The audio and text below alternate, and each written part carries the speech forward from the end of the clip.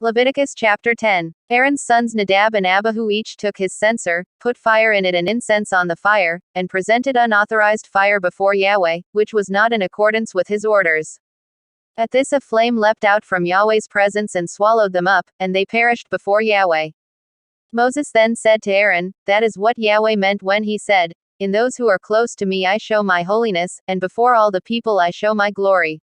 Aaron remained silent. Moses summoned Mishael and Elzaphan, sons of Aaron's uncle Uzziel, and said to them, "Come here and take your brothers away from the sanctuary, out of the camp." They came and carried them away, still in their tunics, out of the camp, as Moses had said.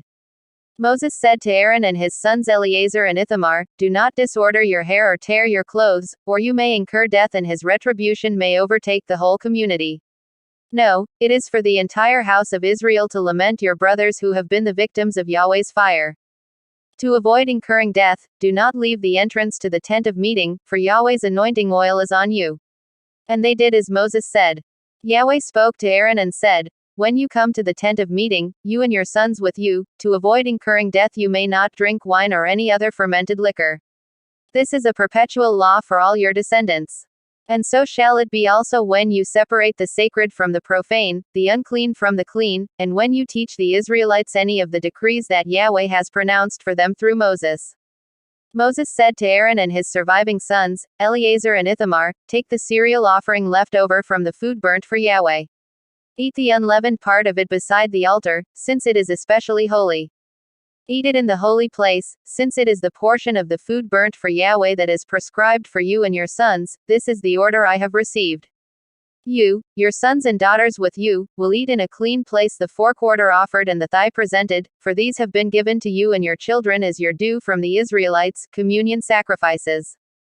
The thigh presented and the forequarter offered, once the fat has been burnt, revert to you and your sons with you, after they have been presented before Yahweh with the gesture of offering, in virtue of a perpetual law as Yahweh has ordered."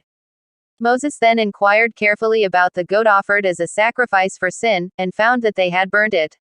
He was angry with Eleazar and Ithamar, Aaron's surviving sons, and said, "Why did you not eat this victim for sin in the holy place, since it is especially holy and was given to you to take away the community's guilt, by performing the rite of expiation for them before Yahweh?